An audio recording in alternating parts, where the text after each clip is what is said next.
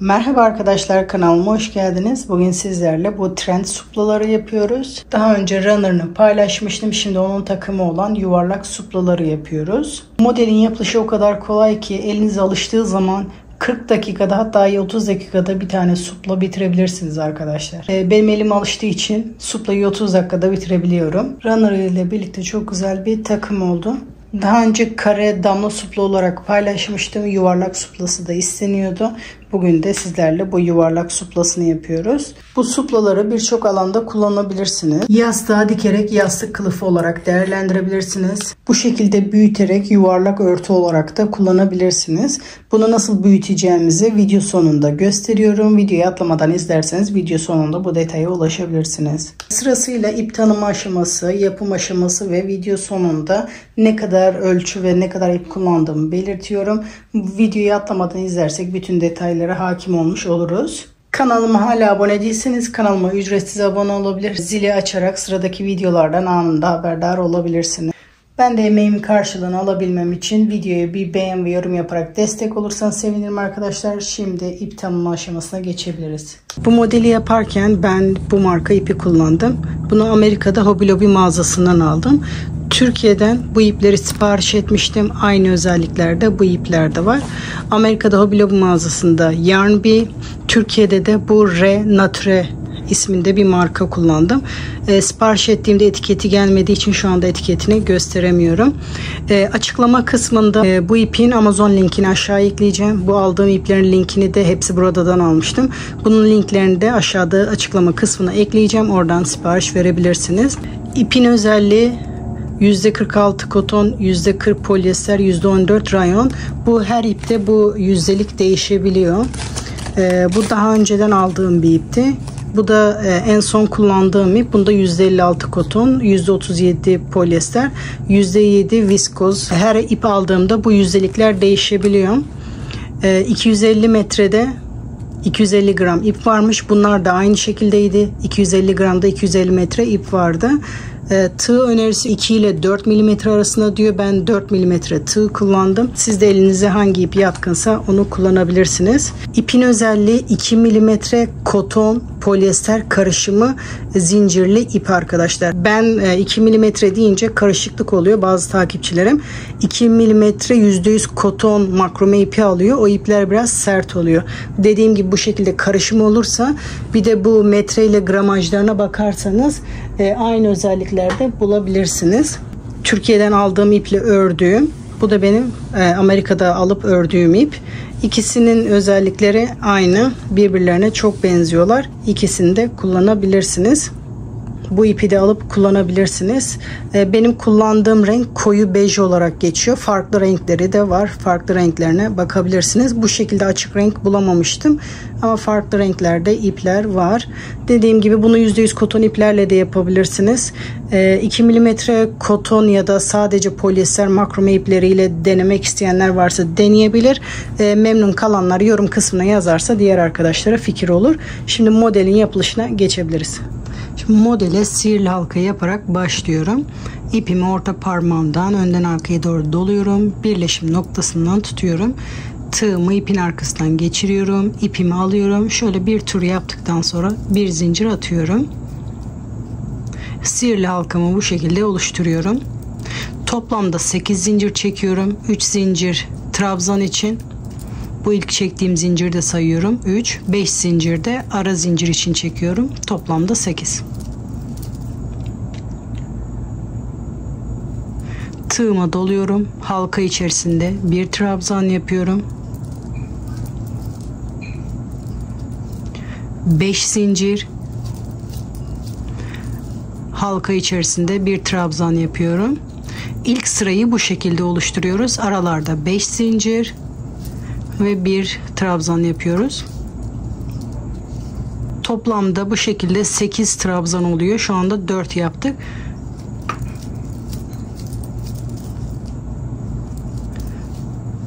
Beş,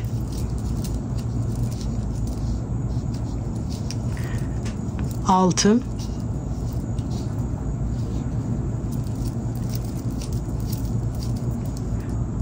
7, sonuncu trabzanı da yapıyorum. 5 zincir, tekrar bir trabzan daha yapıyorum. Halkamı iyice sıkıyorum. Şimdi son ara boşluğu yapıyorum. Burada hem sıramı birleştirmem gerekiyor hem de ortadan başlamam gerekiyor. O yüzden 2 zincir, tığıma doluyorum. 3. zincirin içinde bir trabzan yaparak sırayı birleştiriyorum. Hem sırayı birleştirmiş oluyorum hem de ortadan başlamış oluyorum. Şimdi sıradaki boşluk içerisinde 5 trabzan yapıyorum. 1 2 3 4 ve 5. Arada 3 zincir. Tekrar aynı boşluk içerisinde 5 trabzan yapıyorum. 1 2 3 4 ve 5. Şimdi hiç zincir çekmeden sıradaki boşluğun ortasında bir sık iğne yapıyorum. Hiç zincir çekmeden sıradaki boşluğa giderek bu şekilde trabzan yapıyoruz. Bir tarafta 5 trabzan, 2 3 4 ve 5. Arada 3 zincir. Tekrar aynı boşluk içerisinde 5 trabzan yapıyorum. 1 2 3 4 ve 5. Hiç zincir çekmeden sıradaki boşlukta bir sık iğne yapıyoruz. Bu şekilde sıra sonuna kadar yapalım. Trabzanlı yerler toplamda 4 adet olacak. Sıra sonuna kadar yapalım. Sıra sonuna kadar geldim. Şimdi sıramı birleştiriyorum. Bu sırayı bitirirken yaptığım trabzan tepesine batarak bir iz sürme yapıyorum ve sıramı bu şekilde birleştiriyorum. Gördüğünüz gibi 4 tane oldu. Şimdi benim bu ortadan başlamam gerekiyor. Oraya kadar iz sürme yapıyorum. Bu şekilde trabzanların tepesinde iz sürme yaparak oraya kadar gidiyorum. Boşluğa geldim. Şimdi burada ilk sıradaki gibi trabzan ve zincir yaparak bu sırayı yapıyoruz.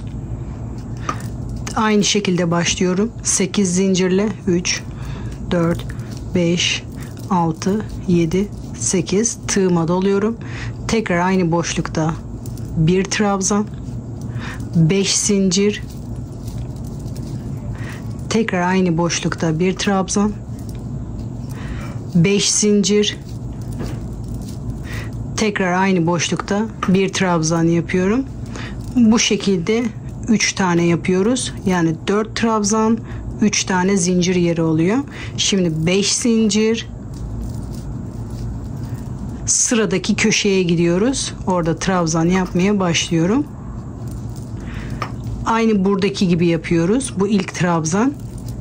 5 zincir. Tekrar aynı boşlukta bir trabzan. 5 zincir. Tekrar aynı boşlukta bir trabzan. 5 zincir. Tekrar aynı boşlukta bir trabzan. Bu köşede de 4 trabzan, 3 tane boşluk oluştu. Şimdi 5 zincir çekerek bu köşeye gidiyoruz. Sıradaki köşede trabzan yapmaya başlıyoruz. Bu şekilde bütün köşeleri yapalım. Sıra sonuna kadar gelelim. Şimdi sıra sonuna kadar geldim. Aynı buradaki gibi hem sıramı birleştirmem gerekiyor hem de ortadan başlamam gerekiyor. Aynı şekilde 2 zincir, 1 2 3 3. zincirin içinde bir trabzan yapıyorum. Bu şekilde hem sıramı bitiriyorum hem de ortadan başlamış oluyorum. Şimdi aynı buradaki gibi trabzan yapmaya başlıyoruz. Tek tarafta 5 trabzan, 2 3 4 ve 5. Arada 3 zincir. Tekrar aynı boşluk içerisinde 5 trabzan.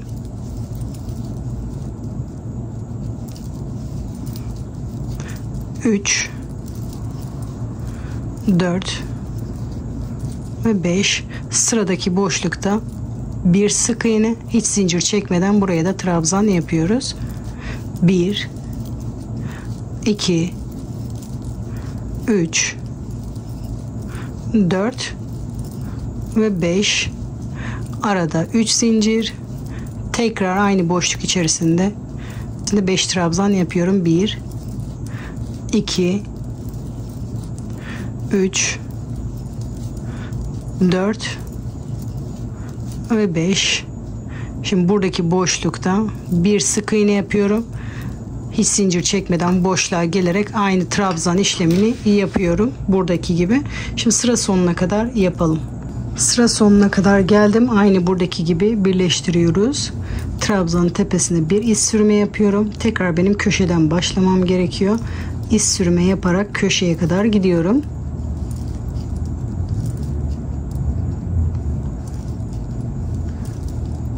Köşede zincir çekerek başlıyorum. 8 zincir. Aynı boşluk içerisine bir trabzan. 5 zincir. Aynı boşluk içerisine bir trabzan. 5 zincir. Aynı boşluk içerisinde bir trabzan. 5 zincir. Sıradaki boşluğa giderek trabzan yapmaya başlıyorum. Bütün uçlara aynı bu şekilde yaparak sıra sonuna kadar yapalım. Şimdi sıra sonuna kadar hepsinin tepesine yaptım. Şimdi aynı şekilde birleştiriyoruz. 2 zincir. Burada 3. zincire batarak bir trabzan yapıyoruz. Aynı buradaki işlemleri bunların tepesine yapıyoruz. 5 trabzan. 2 3 4 ve 5, arada 3 zincir, tekrar aynı boşlukta 5 trabzan yapıyorum. 2 3 4 ve 5. Sıradaki boşlukta bir sık iğne, sıradaki boşlukta tekrar trabzan yapmaya başlıyoruz. Tek tarafta 5 trabzan, 2 3 4 ve 5, arada 3 zincir, tekrar aynı boşlukta 5 trabzan yapıyorum. 1 2 3 4 ve 5. Sıradaki boşlukta bir sık iğne yapıyorum. Buraları da aynı bunun gibi yaparak sıra sonuna kadar yapalım. Sıra sonuna kadar yaptım. Şimdi bu son yapraklı bölümü yapıyorum ben. Trabzan tepesine batarak bir iz sürme yapıyorum. Köşeye kadar iz sürme yaparak geliyorum.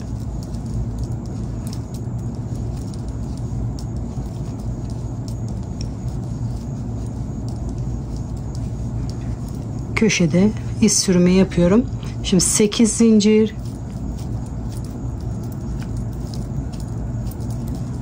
Boşlukta bir trabzan. Son trabzanlı kısım olduğu için buradaki gibi bir tane yapacağım bu zincirli kısımlardan. 5 zincir. Sıradaki uca gelerek bir trabzan. 5 zincir.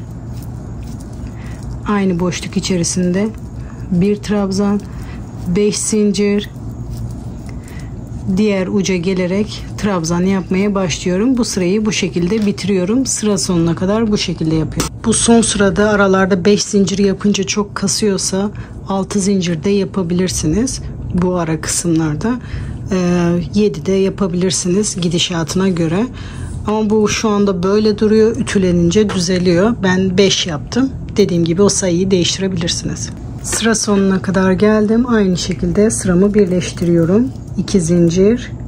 3. zincirin içinde bir trabzan yapıyorum. Boşluk içerisinde 5 trabzan.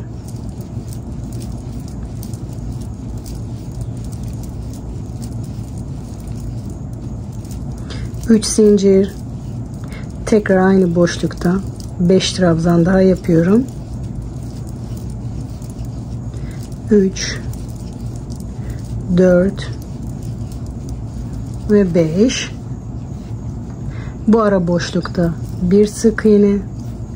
Tekrar burada trabzan yapmaya başlıyorum. Buralara da aynı buradaki gibi trabzan yaparak sıra sonuna kadar yapıyorum. Sıra sonuna kadar geldim. Aynı şekilde iz sürme yaparak sıramı birleştiriyorum. Bir zincir çekerek ipimi kesiyorum. Eğer bu ölçülerde yapacaksanız. Şu anda bu ölçü benim için yeterli. Eğer bunu büyütmek istiyorsanız aynı şekilde buraya kadar iz sürme yaparak gelebilirsiniz.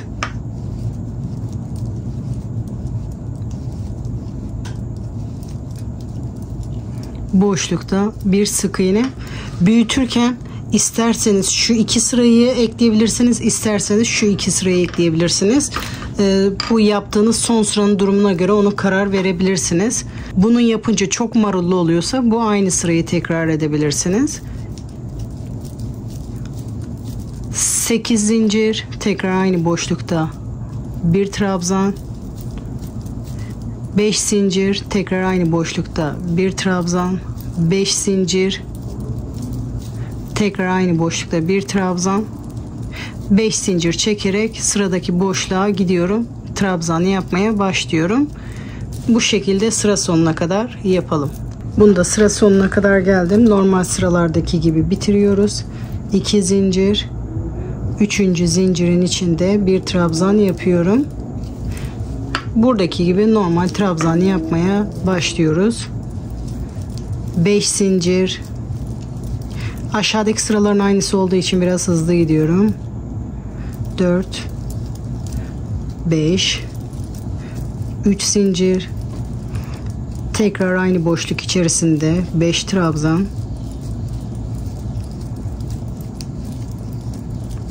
Sıradaki boşlukta bir sık iğne. Sıradaki boşlukta 5 trabzan.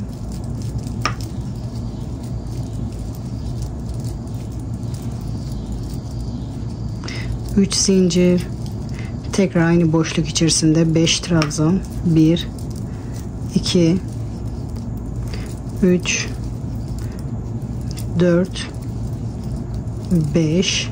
Sıradaki boşlukta bir sık iğne yapıyoruz. Bu sırayı da bu şekilde yapıyoruz. Sıra sonuna kadar yapalım.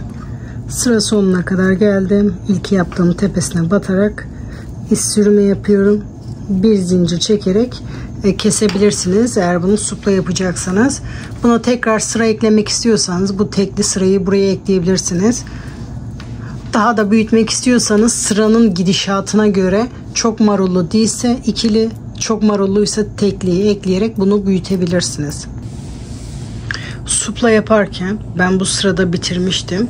Bunu büyütmek için, size göstermek için biraz daha sıra ekledim. Bir çiftli, ondan sonra bir tekli yaparak bunu büyüttüm. Daha da büyütmek istiyorsanız bu son sıranın gidişatına göre, eğer bunun üzerinde tekli iyi duruyorsa tekli olarak devam edebilirsiniz. Çiftli sıra iyi duracaksa o şekilde devam edebilirsiniz. Şimdi bunları ben ütüleyip size bitmiş halini gösteriyorum. Suplanın bitmiş hali bu şekilde. Ütülenmeden önce bu şekilde duruyor. Ütülendikten sonra bunun gibi duracak. Bunu tersten ütüleyip ondan sonra size bitmiş halini gösteriyorum. Suplaları tersten ütüledim. Şimdi masanın üzerinde size bitmiş halini gösteriyorum. İnanılmaz güzel oldu. Tabağı suplamın üzerine koyduğum zaman bu şekilde görünüyor. Suplamın eni 35 santim. Benim yaptığım iple tığ numarasına göre 35 santim oldu. Sizin yaptığınız iplere göre daha küçük oluyorsa gösterdiğim şekilde büyütebilirsiniz. Bu ölçülerdeki bir suplaya yaklaşık 85 metre kadar ip gitti. Yaptığım büyük örtü de yaklaşık 60 santim. Buna da 200 metre kadar ip gitti. Gördüğünüz gibi çok güzel bir takım oldu. Umarım sizler de beğenmişsinizdir. Suplayı her aşamada kullandığımızda güzel duruyor. Umarım videoyu buraya kadar izleyip keyif almışsınızdır arkadaşlar. Kanalıma hala abone değilseniz kanalıma ücretsiz abone olabilirsiniz. Sıradaki videolardan anında haberdar olmak için zile basabilirsiniz arkadaşlar. Ben de emeğimin karşılığını alabilmem için bir beğen ve yorum yaparak destek olursanız sevinirim. Sıradaki videolarda görüşmek üzere.